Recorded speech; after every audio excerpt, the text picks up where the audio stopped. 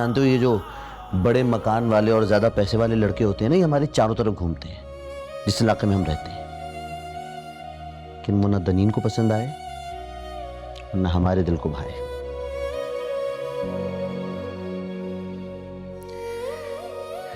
क्योंकि हमारे दिल को तो शुभुक भा गया है।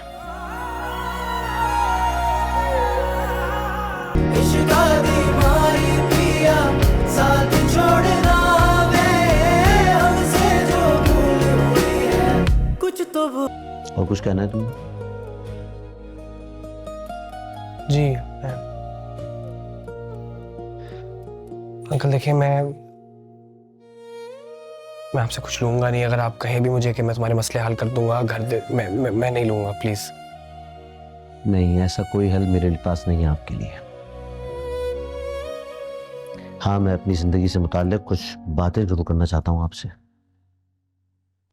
आइए बैठे, प्लीज सिट।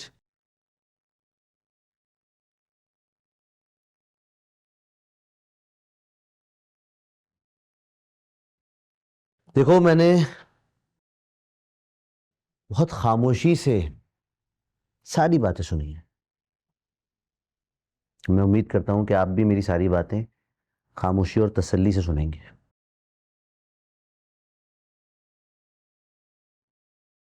आपको पता है, मैंने अपनी जिंदगी की शुरुआत एक रेडी से की है, ठेले से। प्लास्टिक का सामान बेचा करता था उसमें। गुर्बत इतनी थी कि वालिद साहब इसके अलावा कोई काम करवा भी नहीं सकते थे। तालीम भी ऐसी जैसे पूरी की है बस।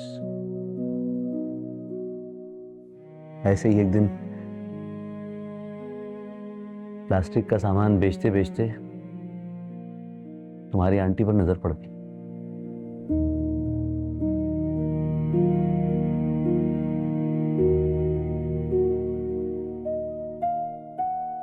दिल में उतर गई यार, पहले लम्हे में तो दिल को भा गई। लेकिन वो थी मोहल्ले के सबसे अमीर आदमी की बेटी, 2 मंजिला मकान वाला घर। एक रेडी वाला कैसे हिम्मत कर सकता था उनके घर रिश्ता भेजने की? लेकिन पसंद भी बहुत आई थी। पता नहीं मेरी क्या खुशकिस्मती थी कि मैंने जुर्रत करके उनसे अपने दिल की बात कह दी। तुम्हें भी पता होगा, कम उम्र लड़कियां तो भोली मासूम होती हैं ना, बेवकूफ होती हैं। वो अपने से प्यार करने वाले के घर को, उसके कमरों के, उसके किचन के, उसके वॉशरूम के साइजेस को नहीं देखती। तो बस प्यार करने वाला दिल देखती हैं और उसके पीछे चली आती हैं। बाज़ दफा इसी वजह से बहुत तकलीफें भी उठाती हैं। उसके अब्बू तो मुझसे शादी करने पर तैयार ही नहीं थे। उसकी ऐसी ऐसी शर्तें रखी उन्होंने, ये भी चाहिए, वो भी चाहिए, ये भी लाओ, वो भी लाओ। 5 साल गुजर गए, कुछ नहीं कर सका मैं, बल्कि मेरे हालात और खराब हो गए। मैंने भी वही किया जो तुम कर रहे हो। मैं शैला के पास गया, उसे कहा कि मैं उसके लिए ठीक इंसान नहीं हूं। जिससे उसके वालिद चाहते हैं उसको उससे शादी करनी चाहिए। मैंने उसको समझाया, लेकिन वो कहीं और शादी करने को तैयार ही नहीं थी। मैं उसे कस्में देता रहा कि मैं उसके लिए सही इंसान नहीं हूं। वो रोती रही और हमारी यही बातें उसके वालिद ने सुन ली।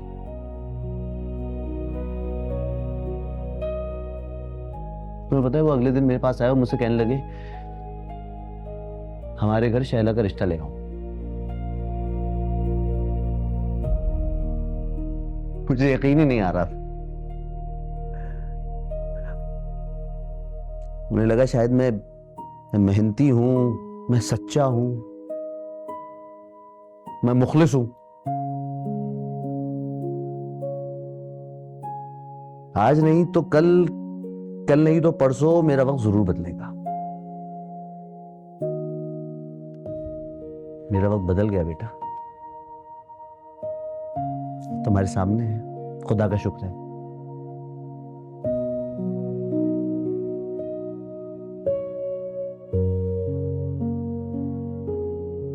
आज भी मैं सोचता हूं कि अगर शैला से मेरी शादी ना हुई होती तो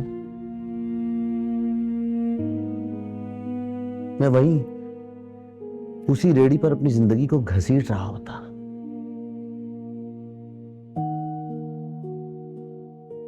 जब उससे मेरी शादी हुई ना तो मैंने कसम खाई अपने आप से कि इसको इतने बड़े घर से ला रहा हूं तो इसके लिए भी एक महल बनाऊंगा।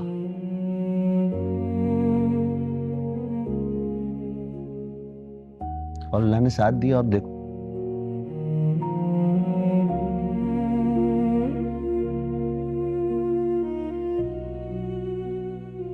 तुम्हें पता है मेरी किस्मत तो शैला की वजह से बदली है। तुम्हें क्यों नहीं यकीन होता कि दनीन की वजह से तुम्हारा नसीब बदल सकता है? और तुम जानते हो ये जो बड़े मकान वाले और ज्यादा पैसे वाले लड़के होते हैं ना, ये हमारे चारों तरफ घूमते हैं जिस इलाके में हम रहते हैं, कि वो ना दनीन को पसंद आए और ना हमारे दिल को भाए।